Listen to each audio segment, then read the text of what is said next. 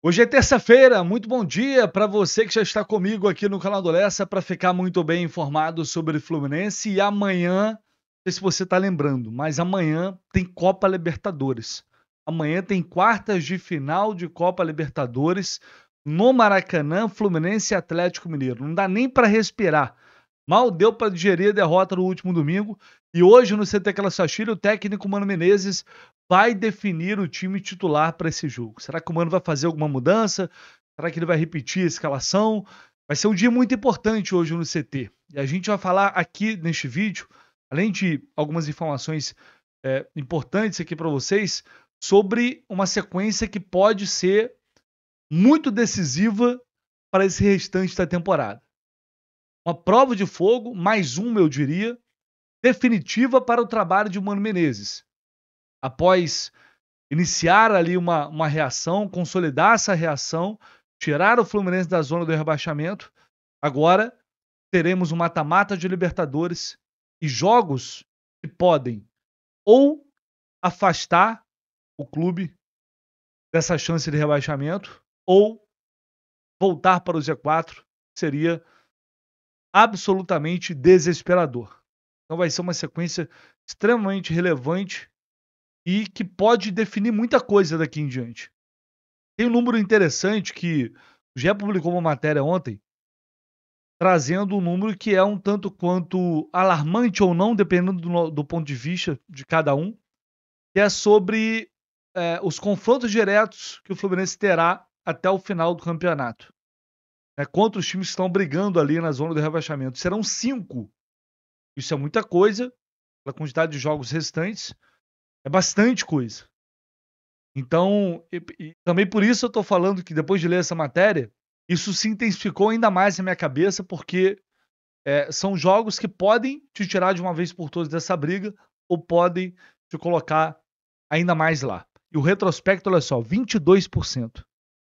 22%. Até aqui foram 9 confrontos diretos contra equipes que lutam contra o Z4. Atlético Goianiense, Cuiabá, Vitória, Corinthians, Juventude, Criciúma e Grêmio. Tomando os 2 turnos. O retrospecto é de apenas 1 vitória, 3 empates e 5 derrotas. 22%. E aí, tem aqui um ponto importante. Desses 9 jogos, apenas 3 foram sob o comando do Mano. Com ele, os números são de 1 vitória, 1 empate e 1 derrota. Tomou 4 dos 9 pontos possíveis. Os outros foram sob o comando de Fernando Diniz e também de Marcão. E tem a lista. A lista completa aqui. Os próximos confrontos diretos são contra Atlético Goianiense e Vitória como visitante. E Grêmio, Criciúma e Cuiabá dentro de casa. É claro que muito desse retrospecto negativo aqui ele se deve ao primeiro turno absolutamente ridículo, né, do Fluminense, que chegou a ter 6 pontos em 39 disputados.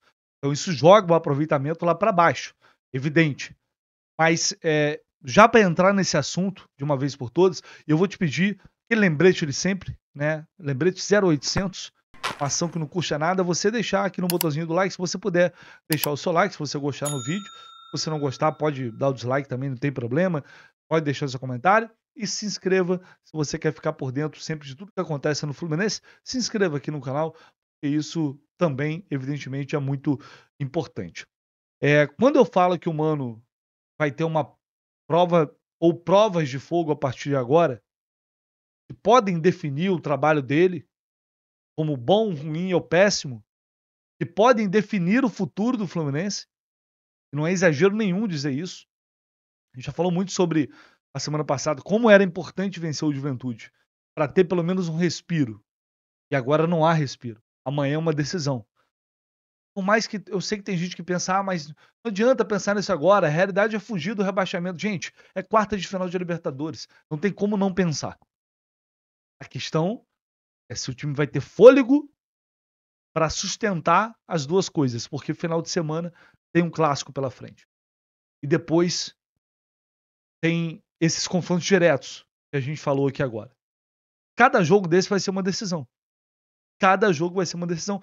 E a gente vai precisar muito de um Fluminense jogando com a alma. Jogando de forma extremamente competitiva e aguerrida. Foi isso que aliviou um pouco a situação até aqui. E foi isso que não aconteceu contra o Juventude no segundo tempo.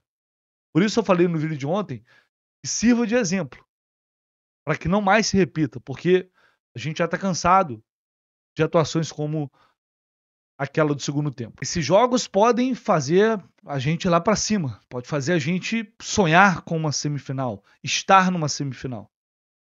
E uma derrota para o Botafogo, além de perder para o rival, pode fazer o Fluminense voltar para o Z4. E aí, com que cabeça o time vai disputar o jogo de volta contra o Atlético Mineiro? Então, talvez um momento mais... Não sei se é um momento mais tenso. Talvez para o Mano seja, porque ele chega numa situação em que ele tinha acabado de assumir o cargo, não foi ele que colocou o Fluminense, tinha sido ele o responsável pelo Fluminense estar naquela situação. Então ele chega numa condição de, bom, se der certo, eu vou ser o salvador. Se não der, bom, já estava encaminhado. Então, e a gente sentia assim, uma confiança e uma leveza nele. Agora, após alguns jogos, algum tempo, um trabalho já mais consolidado, as decisões dele passam a ter cada vez mais peso. Não é que não tinha antes, mas agora o Mano tem que definir o caminho que esse time vai trilhar, mais uma vez, muito pressionado nessas duas competições. E, sinceramente, diante da realidade que a gente está agora, acho bem difícil que tenha um meio termo. Acho bem difícil. O meio termo é complicado. É céu ou inferno. É ganhar, é respirar, é comemorar, ou é voltar para aquele desespero, para aquele drama, dependendo de como as coisas acontecerem, dependendo do resultado dos outros times também. Enfim, é uma situação de muita pressão. E agora a gente vai ver como o Mano vai reagir a essa pressão, como ele vai fazer esse time se manter no mais alto nível, competitividade, que chegou a apresentar em alguns jogos recentemente, e por isso o Fluminense voltou a vencer. Bom, em relação ao time, depois do jogo contra o Juventude, o Martinelli foi um jogador muito criticado, o Samuel Xavier também teve uma atuação muito ruim, assim como o Marcelo teve boa parte do jogo. A entrada do Felipe Melo foi muito contestada, a entrada do Lima, mais uma vez, então tem uma série de questões aí que o Mano vai ter que trabalhar e tomar uma decisão, se ele vai mudar ou não essa equipe. Vocês acham que ele vai mudar? Tem que esperar a atividade de hoje. Acho que tem uma possibilidade, mas não tenho toda essa certeza não, sinceramente. Mas vamos aguardar o treino de hoje. Ao longo do dia, certamente voltaremos com mais informações. Em relação ao Atlético Mineiro, o Atlético poupou, se não me engano, quase todo o time na última rodada, 7 ou 8 jogadores. Tem uma dúvida, que é o Saravia. Ele sentiu dores na coxa direita, não está confirmado no jogo. Inclusive, contra o Bahia, ele começou no banco, sendo poupado. E aí pode ser que o Mariano entre. Mas o Atlético deve ter praticamente força máxima. Everson, Saravia ou Mariano, Batalha, Alonso e Arana, Fausto Vera, Alan Franco e Bernat, Scarpa, Paulinho e Hulk. É um time muito forte, a gente sabe disso. E se apresentar um bom nível, se tiver numa boa noite, pode dificultar muito. É um jogo muito complicado, não tem dúvida nenhuma sobre isso. Mas pelo que o Fluminense mostrou em jogos recentes, tem condições totais de competir. E até pelo que o próprio Atlético Mineiro também mostrou em outros jogos, tendo atuações bem abaixo. Acho que isso acaba igualando o confronto. O Atlético é um time que a gente não sabe muito o que esperar. Uma hora joga bem, faz outros jogos muito ruins. Enfim, vamos ver o que o Mano vai definir e ao longo do dia voltamos com mais informações. No comentário fixado tem o link da Mais Ágil. Vocês conhecem a Mais Ágil, mas quem não conhece ainda, entre em contato com eles se você necessita ou quer antecipar o seu fundo de garantia, o seu FGTS. Está precisando aí de uma grana para fazer alguma coisa diferente, para fazer um investimento, para trocar de carro, para trocar de casa.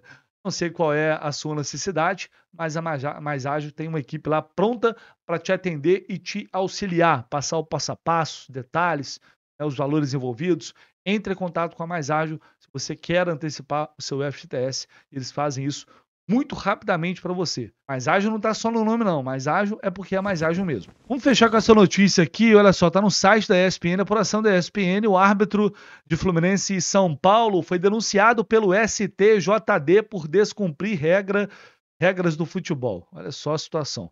A Procuradoria-Geral do STJD protocolou nesta segunda denúncia contra o árbitro Paulo César Zanovelli, que o árbitro daquela partida contra o São Paulo, muito polêmica. Segundo a ESPN, a denúncia é com base no artigo 259 do Código Brasileiro de Justiça Desportiva, que fala em deixar de observar as regras da modalidade. A pena prevista, caso Zanovelli seja condenado pelo tribunal, é de suspensão de 15 a 120 dias e, na reincidência, suspensão de 60 a 240 dias, acumuladas ou não, com multa de 100 a R$ 1.000. O artigo também abre margem para anulação da partida, como é o pedido do São Paulo. Abre aspas, a partida prova ou equivalente poderá ser anulada se ocorrer comprovadamente erro de direito, relevante o suficiente para alterar seu resultado.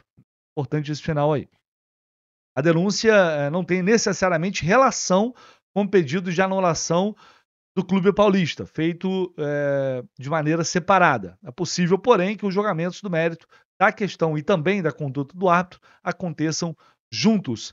Zanovelli, por exemplo, pode ser suspenso e multado pelo erro, como prevê o artigo 259, mas o STJD pode entender também que não houve erro de direito, invalidando assim o pedido da anulação do jogo do São Paulo. Neste cenário, os 3 pontos da vitória do Fluminense seriam mantidos normalmente. Mais uma vez, o STJD é outro que não perde a chance de aparecer. Sempre que pode aparecer, tá ali, né, se esforçando. E é muito, creio eu, que é muito fácil fazer essa denúncia contra o árbitro para mostrar que está fazendo alguma coisa. E já que o São Paulo protocolou o pedido após para ali do prazo de 48 horas. Então, eles sabem que podem se defender através disso e aí podem ali punir o árbitro. Creio eu que vai muito mais nesse sentido, o STJD jogando para a galera também. É a sensação que eu tenho, mas enfim, de qualquer forma, vamos aguardar para ver qual será a decisão do tribunal nos próximos dias em relação a esse jogo. Impressionante, esse jogo parece que nunca vai ter fim. Galera, esquece não, o like, comentário, se inscrever aí, tá bom? E ao longo do dia, voltamos com mais informações aqui no canal. Grande abraço a todos e um bom dia.